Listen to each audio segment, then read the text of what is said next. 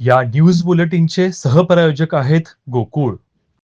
कोल्हापुरातील सीपीआर रुग्णालयात कचऱ्याचा ढिगारा साचून त्यातून दुर्गंधी सुटल्याने येथील रुग्णांसह नातेवाईकांनी अधिकारी कर्मचाऱ्यांचे आरोग्य धोकादायक बनलं आहे. रोजचा होणारा कचरा उठाव गेली महिनाभर या ठिकाणी पडून राहिल्यानं याला कोणी वाली आहे की नाही अशा संतप्त भावना नागरिकातून व्यक्त होताना दिसत आहे.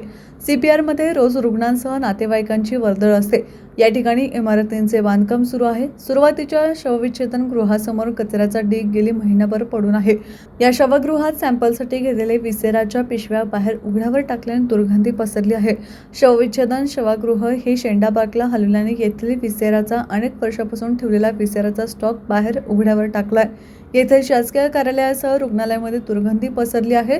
तसेच कचरा ढिगाऱ्याच्या संरक्षण भिंतीच्या पलीकडे दसरा चौक असल्याने या मार्गावरून जाणाऱ्या नागरिकांनाही त्रास सहन करावा लागतो. आरोग्य विभागाचे आरोग्य बिघडत चालले. येथील अधिष्ठाता यांनी झोपलेल्या अधिकाऱ्यांना जागे करून कचरा उठाव करावा अशी मागणी रुग्ण व नातेवाईकातून होत आहे. टीव्ही नेक्स्ट साठी रिपोर्टर तुषार पाटील.